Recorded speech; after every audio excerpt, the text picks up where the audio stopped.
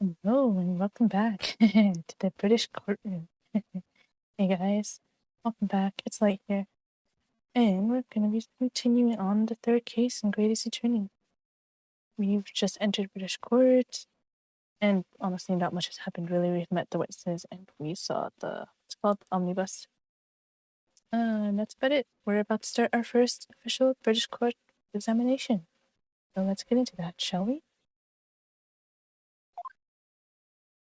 Not again. Focus, Ryunosuke. Focus.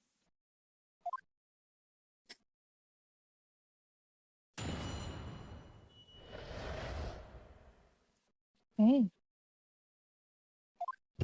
Yes, we should press, because we know nothing, so the only way to get information is to press something, and you got nothing. Yes, I think it was sometime after 10, wasn't it? Oh yes, sir, that's right, sir. Yes, sir, ever so cold it was, sir, for freezing, in fact. The sky is still cold right now. And you had 4 passengers on board at the time, is that correct? Yes, that's right, sir. Not at all traveling in the same part of the group of us, of course, though, no. When there were no other passengers when the incident took place, no one alerted, for example? Right with that, sir. No other passengers like that? No, none. So nobody fled the scene at the time, then. I have to say, the boss insists on it running. He does every evening. That last bus of the day. Aw, this poor guy. But I do wonder sometimes if it's altogether worthwhile. Yes, sorry to say. What do you mean by that? Well, what with it being so cold and everything, and only really making 20 pence with the run, you see. Yes, I spend that much at the pub, but the way home just trying to warm up again. Aww. Okay. Hold it! And you saw them through the skylight and the roof of the carriage? That's right. When you sit up on the top deck, the window's right there at your feet.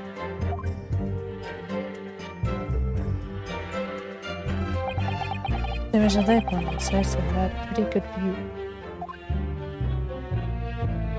2 of them were wearing hats, and I couldn't exactly make out their faces. But there's not a shred of doubt in my mind that it was Mr. McGilden.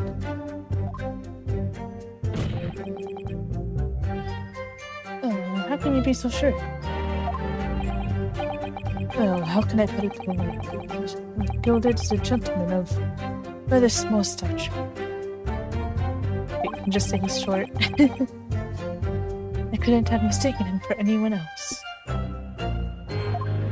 Let's not forget that when the vehicle came to a halt, the only people inside the enclosed cabin were the deceased Mr. Mason and Mr. McGilden. There was no room for doubt.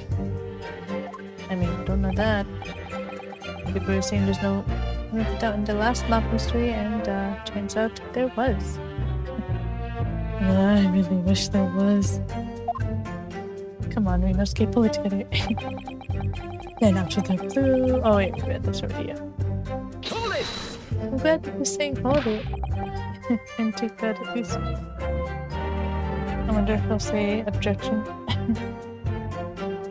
You actually saw the exact moment it happened? You were stalking them? Didn't I already testify to that? Or are fair and hard-working city bankers not considered trustworthy these days? Oh, no, I didn't mean that. Okay, the guy's back up. Perhaps you could just tell us what you saw in a little more detail, if that's... Oh lord! Sure, number 3, what's the meaning of this? My mind is made up, my lord. Completely and utterly made up. Made up about what? I don't like the stinking rich. Never have. They're always up to something or other that they shouldn't be, every one of them. That little leprechaun of a man is no exception. Well, he can't fool me. What in the world? Okay. Oh, so that's how they cast their votes. That's cool. There's no point wasting time listening to any more of this. That's my opinion on the matter, anyway. That is precisely what I was That was precisely what I was about to say. No, stop! As the foreman of the jury, it's my duty to set a good example to my fellow jurors. No, stop. Stop with your fireballs. What the? What is happening here? Let me see. Ah, yes, it seems that's how the members of the jury give their verdicts. Fire? Apparently, yes. White for innocent and black for guilty. As the 6 members of the jury make up their minds about the case, one by one, they each cast a ball of fire into the great scales of justice, as we saw a moment ago. So if those enormous scales fall completely to the black side, does that mean... Let's do our very best to make sure that doesn't happen. And now I'm even more worried than I was before. Very well, the court acknowledges the change in the jury's stance. Also for the defense, please continue with your cross-examination. This is a nightmare. He's really going through it. Hold it! Please tell me more. You stabbed him, you say? And you were sitting up on the roof deck, were you? Yes, that's right, sir. I was up on the roof seats. I remember seeing the double chins famous to the fellow level style. I'd been thinking about a new hat design, you see, so I was just gazing up some men in the room. Maybe you should fix the one you're wearing first before you make a new one. But then, when I happened to look down through the skylight, it came sticking right out from under his belly, but a huge, great knife. I saw him do it. Ah, that didn't help me at all. She's cleaning the table. The jury look like they're even more convinced by Klein did it than they were before. It appears to have made everyone even more dubious that Mr. McGilda is telling the truth. If only we had some evidence to counter their suspicions. Mr. First. Oh, yes, sir. Is this the knife? If so. Oh, good grief, yes, that's it. The very one, sir. Is that... Yes, counsel. This is the blade that was driven into the victim's belly like a stake through the heart. That is a blade of considerable size, counsel. It is. And furthermore, the scabbard is emblazoned prominently with a certain initial. Don't tell me. Letter L. M. L. The letter M, which seems oddly familiar. Does it? I don't know what you're talking about. Please, no. M. From Magnus, perhaps. Or McGilded, possibly. Take your pick. It seems this particular big name in London made an opposite mistake. Objection! Yay! No. But there are M's everywhere. Like, yes! Like in Mason. Objection! This blade is far too extravagant for a poor bookmaker to have owned. No, this weapon of murder almost certainly belongs to the accused. Not conclusive, but certainly compelling, counsel. Murder weapon added to the court record. Large-ish knife. Well lodged in the victim's abdomen. Its quality and fancy ornamentation suggests it must be quite valuable. Okay. My lord, if you'll forgive the interruption. Juror number 2, go on. Don't tell me. Mr. McGilded is a pillar of society. Can't read anymore. Mr. McGilded is a pillar of society and a gentleman. And a gentleman's word should be sick and sane. However. Oh, no, stop.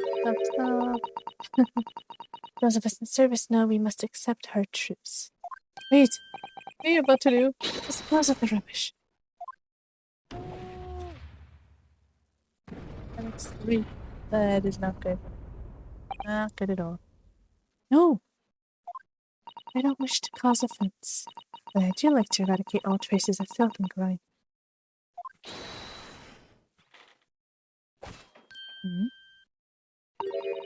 Painstakingly typed every word uttered here today and cross-reference all the facts. As such, I am now in a position to draw the only logical conclusion. Oh no. There's only like 2 people who haven't voted yet, right? Not again. That's 4 out of 6 jury members who've proposed a guilty verdict. There are only 2 left. I had it. Every time I press these witnesses for more information, I just make the situation worse. Nevertheless, what we need more than anything at the moment is more information. It's so very much in the dark.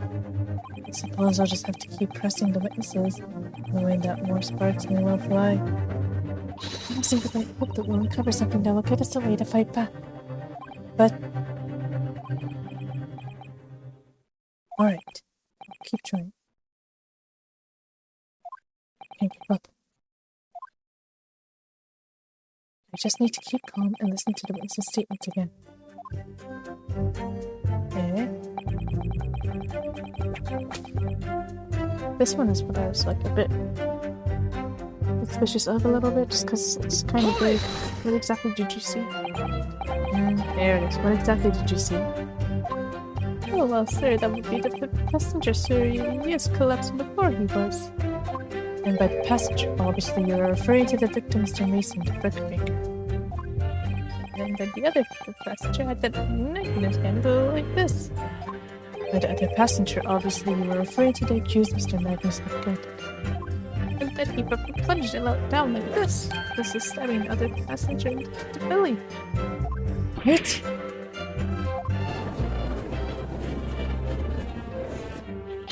My lord, I wish to speak.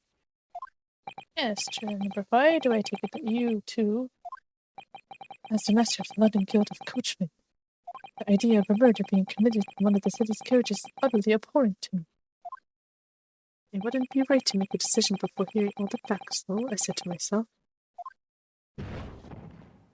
Oh no, but I've heard enough now. The horse is bolted, as they say. Oh no, please, just keep it on open my little heel. Now so the finish is in sight.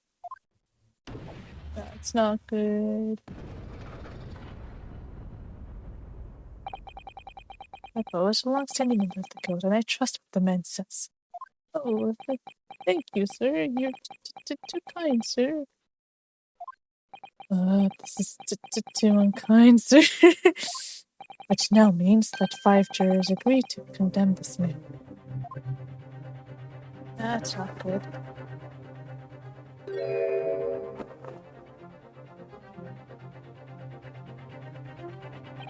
Madam Juror number 6.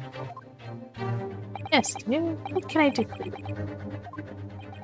You have heard the testimonies of the witnesses in the stand. Oh, yes, I certainly have. I still got my hearing, you know. Then pray tell, why are you yet to pronounce your lien?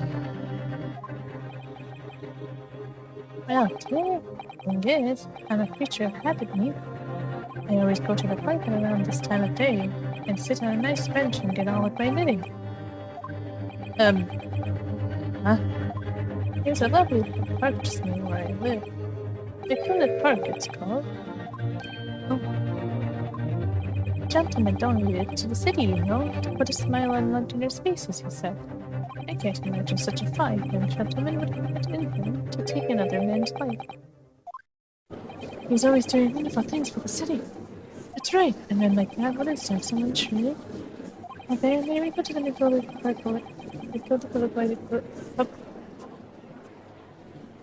public library later and borrow some more books. I clearly need them.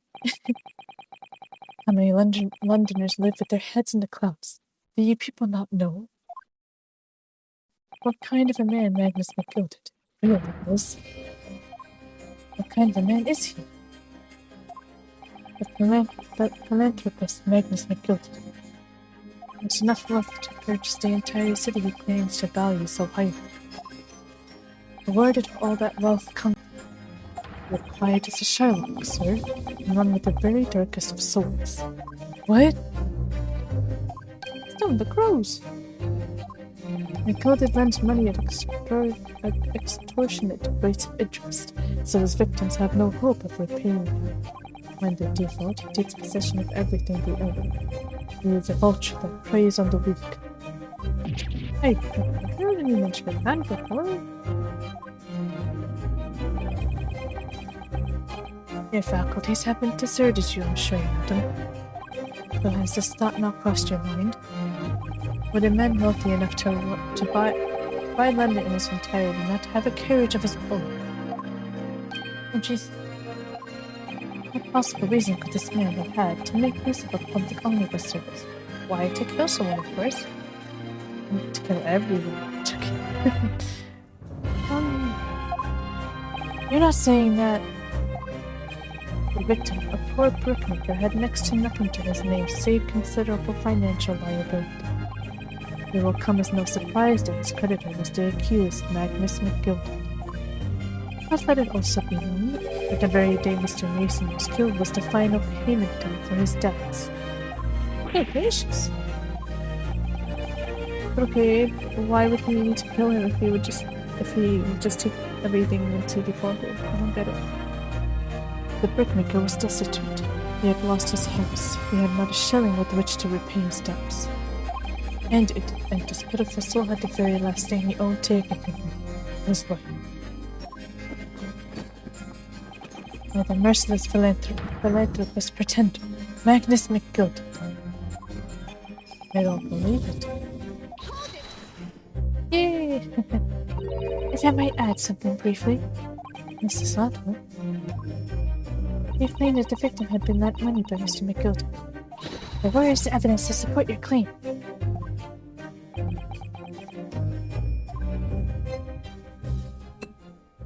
Oh, excuse me.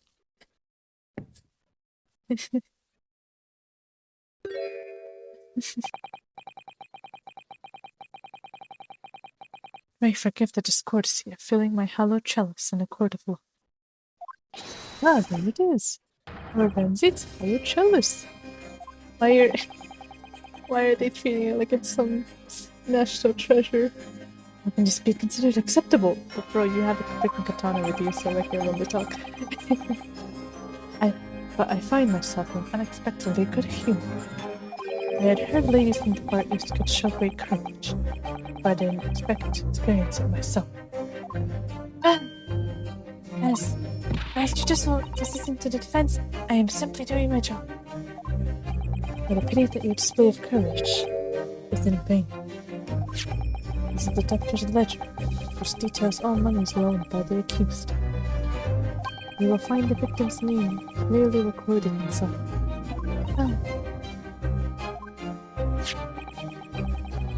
Allow me to present this ledger as evidence. And pray forgive the discourtesy of raising my chalice in a toast to the enigmatic East at the same time. I mean, a marvelous toast, counsel. I will gladly accept this new evidence. I allow people to borrow money from the defendant, high rate of interest, increase the victim who owned 20. Oh, isn't that the amount he said? Isn't that the amount he said he would give us if he were to stand and defend him? Ah, yes, 20 guineas. The victim owned a considerable sum. And they accused me quite certain he had ample recompense. Oh no. Please. Please don't do it. Oh, it would seem I've had the wolf hold over my eyes. Regrettably, madam, that is the modus operandi of the accused. And it's such a pretty little park, too. What skill! No, too. Still, maybe it's all for the best. Ah, wait a minute. Let's think about this a little more before I don't stand for nonsense. That's not good. Is it over? Oh no. That's it. The last juror's decision.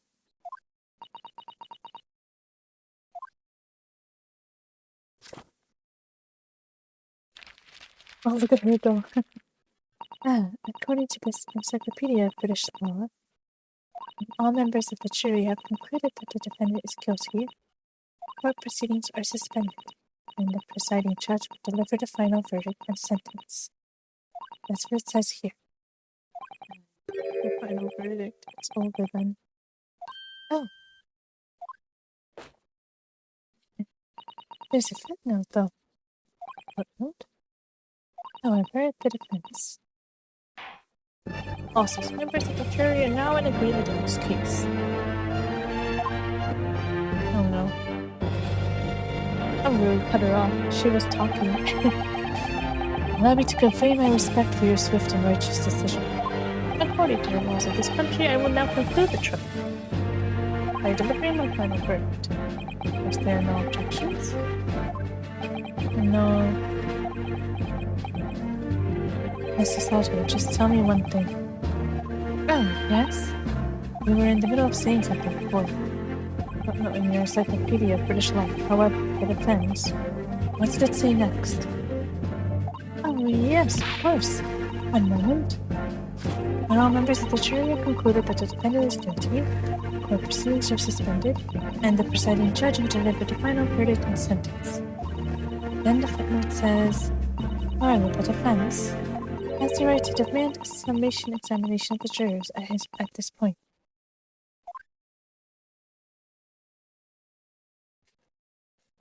He looks so done. Summation examination? Objection! Hey! Here's his objection. A summation examination? From which century has that tomb you have there been resurrected? Judging from the binding, I would say that book is at least 50 years old. In modern texts in British law wouldn't even give such an antiquated procedure a mention. It's a relic, long forgotten, and certainly no longer practiced. So you're out of luck. Oh. What even is it, Mrs. Sultan? The so-called summation examination. Oh, one moment, and I'll read about it.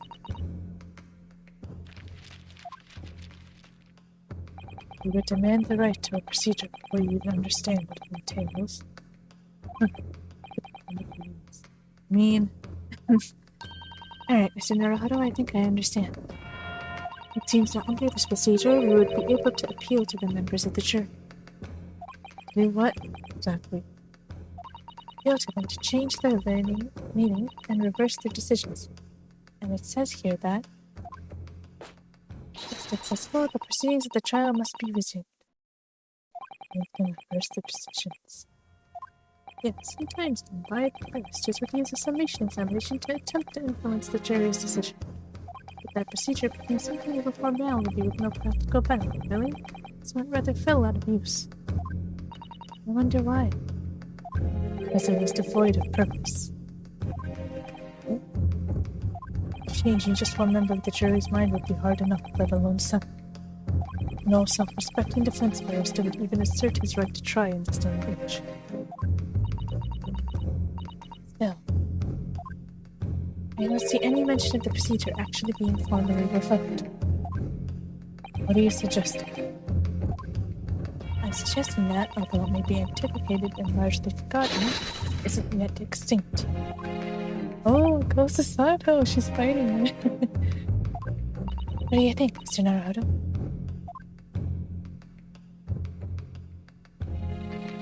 Summation examination, our last possible option.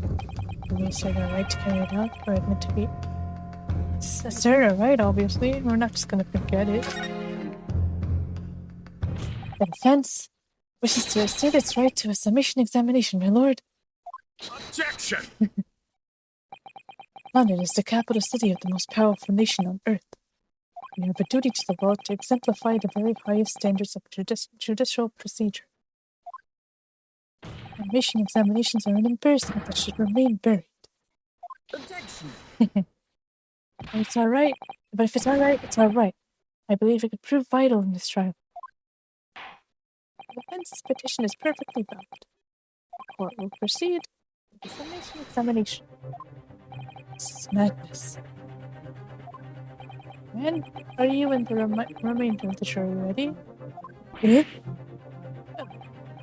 I'm not, There was no mention of this in the letter I received, you see, so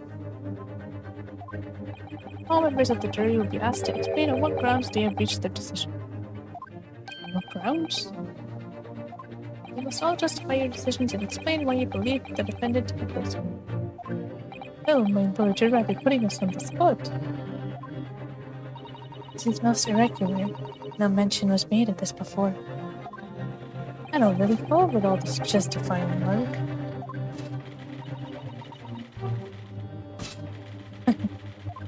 That seems to have thrown the jurors off. Seems none of them have experienced this before. Alright then, summation examination. A defense procedure no practicing lawyer has attempted for years, is it? Well, just maybe. It might be the opportunity we've been looking for. To turn this trial around. So be it then, ladies and gentlemen of the jury, the court hereby calls upon you to state the grounds on which you find the defendant, Magnus McGilded, guilty of this most serious crime. Oh, interesting. Ooh. Jurors' intentions. There was no one else inside the carriage at the time, so it has to have been him. I trust the driver. He has an excellent memory, it seems. 4 passengers with fares totaling 20 pence. He stuck the chap next to him, just like this. Brazen, I must say, absolutely brazen. I have simply typed and provided all the statements made thus far and drawn the logical conclusion. You can trust the guild. Fair fares is our motto. We haven't raised prices above 4 pence for years. This scoundrel is stabbing that poor man on the floor beggars belief. I'm starting to wish I hadn't pushed for this now. Some of the jurors don't seem to have wonderfully formed arguments, though, do they? Well, let's see what we can do. We need to get these 6 people to change their minds. Throw everything I can at them. And use some very persuasive language. Just a moment, Mr. Naruto. According to my book, that's not quite how it works. I read his mind again. Oh? I thought I was going to have to thaw their icy minds with some heartwarming rhetoric about the defendant. Unfortunately, once the jurors have decided the defendant is guilty, they're unlikely to believe anything the defense says. But then, they reach their conclusions by their own reasoning, you see? Their pleas will sound like excuses. In fact, it could recoil them. The more you try to persuade them, the more entrenched they may become. What on earth am I supposed to do? Oh dear, I'm just citing what I've read of the British law, Mr. Naruto. Right, sorry, do you have any idea how to make this work then? Well, from what I can understand, the key to this procedure is using the jurors' own words to make arguments. What do you mean? Well, the 6 members of the jury are randomly selected members of the public. They may appear to present an united front, but the truth is, they are complete strangers who just happen to find themselves here in the courtroom together. And that's the way to break them down, you mean? Yes, exactly. We must listen very carefully to what each member of the jury says, and see if we can identify any contradictory statements. And we then contrast the statements and pit the corresponding jurors against each other. See, there's contradictions in what 2 or more jurors say that we're looking for. In a way, then, this is similar to a regular cross-examination. Oh, yes, I suppose you're right. Find contradictions in their statements and pit the jurors against one another to break them down. Right? We might be able to pull this off. No, that's not right. Not again. I have to pull this off. Let me start the proceedings, counsel. I ask you to take a stand, please. I'm expecting a clear and concise rebuttal. Yes, my lord. Oh, that's so cool. Alright.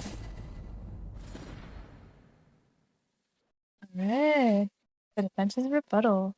I'm looking forward to doing that next time. Interesting. I wonder exactly how this works. Pinning their contradictions against each other.